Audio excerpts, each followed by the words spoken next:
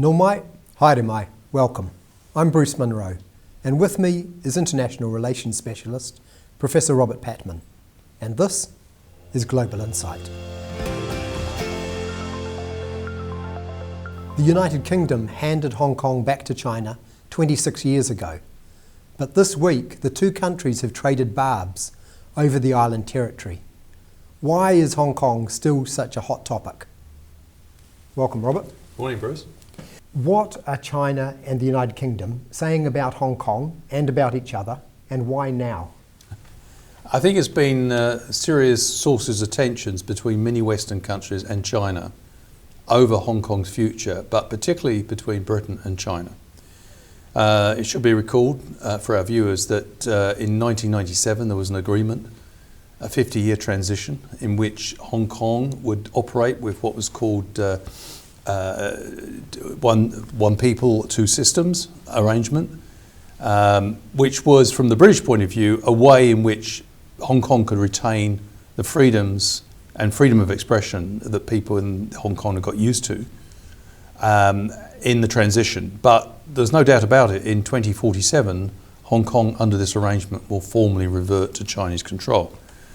So the big argument started really in about 2019 when China began to move against demonstrations against Chinese appointed officials in the Hong Kong authorities. And in 2020, China responded to these considerable demonstrations by introducing a new national security law. Since then, a number of prominent Hong Kongers have even left Hong Kong.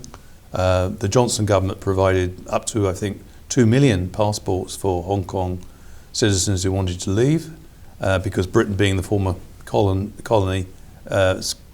power, I should say, felt a responsibility there. But in addition, other high-profile Hong Kong citizens, such as Jimmy Lai, the tycoon who runs a newspaper, Apple Daily, that newspaper was very much a vehicle for the free expression and criticism of some of the Hong Kong authorities and their representatives appointed by China. And since then he's been imprisoned and faces considerable, he's been detained, I should say, and he's waiting a trial.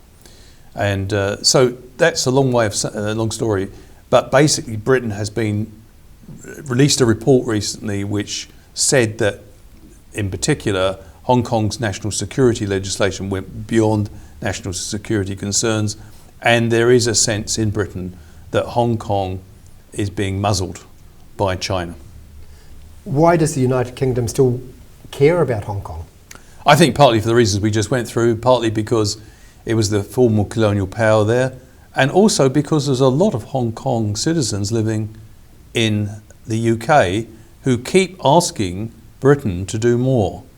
And people like the son of the tycoon, Jimmy Lai, Sebastian Lai, he's been very prominent in the British media and denouncing the limp-wristed approach, as he calls it, or words to that effect, of the British authorities, and saying that his father also has British citizenship, the one who's been detained, the media tycoon. And people like that are creating domestic pressure on on British decision makers, on the Sunak government, to do more. So I think that's one of the issues that will not go away, there is a concern. There's also China hawks in Britain, such as Ian Smith, the former Prime Minister in the Conservative Party, who's constantly warning that Britain should not cave into Chinese pressure over Hong Kong because of the economic relationship between the two countries. Last year, trade turnover was worth 137 billion British sterling. So that's a lot of money. And so there is a feeling that Britain sometimes, according to its critics, is turning a blind eye to repression in Hong Kong in order to carry favour with the Chinese authorities. Is Hong Kong to China, is it a stepping stone to aggressive geographical expansion, or is it a Trojan horse, full of dangerous ideas about human rights and democracy? It's possibly both. I mean, I think Hong Kong is a thriving financial hub. It's not as thriving as it was a few years ago. And there's been serious disruptions to the financial centre, this financial hub, I should say, caused by some of the protests against what they see as a crackdown by the authorities in Hong Kong. But, you know, it is a bit of a danger for China because, in a sense, China's very nervous about the transmission of ideas from Hong Kong to China mainland. And in a sense, it is a bit of a test case because China, if it succeeds well within the timetable of, if you like, imposing its political system in Hong Kong, then it may embolden China.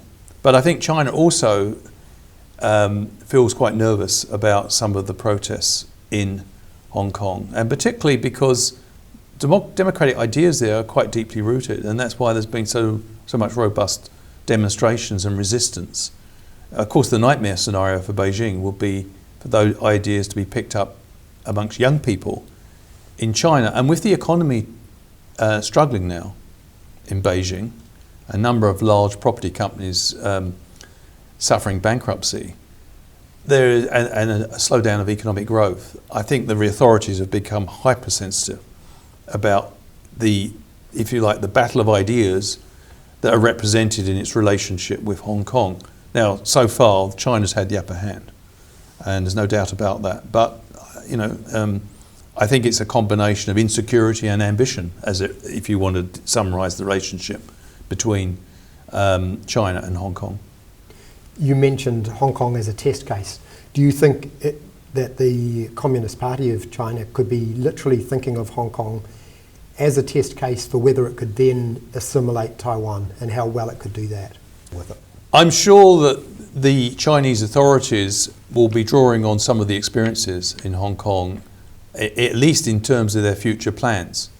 But I think taking on Taiwan would be it would be a much bigger challenge, not least because Taiwan has the backing of the United States. The Biden administration said any attempt to use force against Taiwan will be met.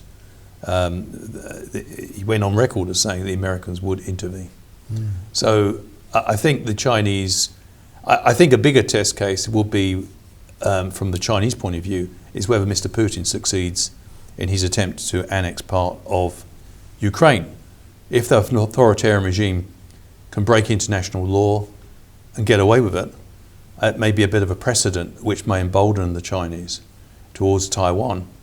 If Mr. Putin is roundly defeated, that's not clear at the moment, but if he is, then China may be much more cautious in relation to Taiwan. What we do know is that China has tried to influence democratic politics in Taiwan. It's twice intervened to support opponents of the current president.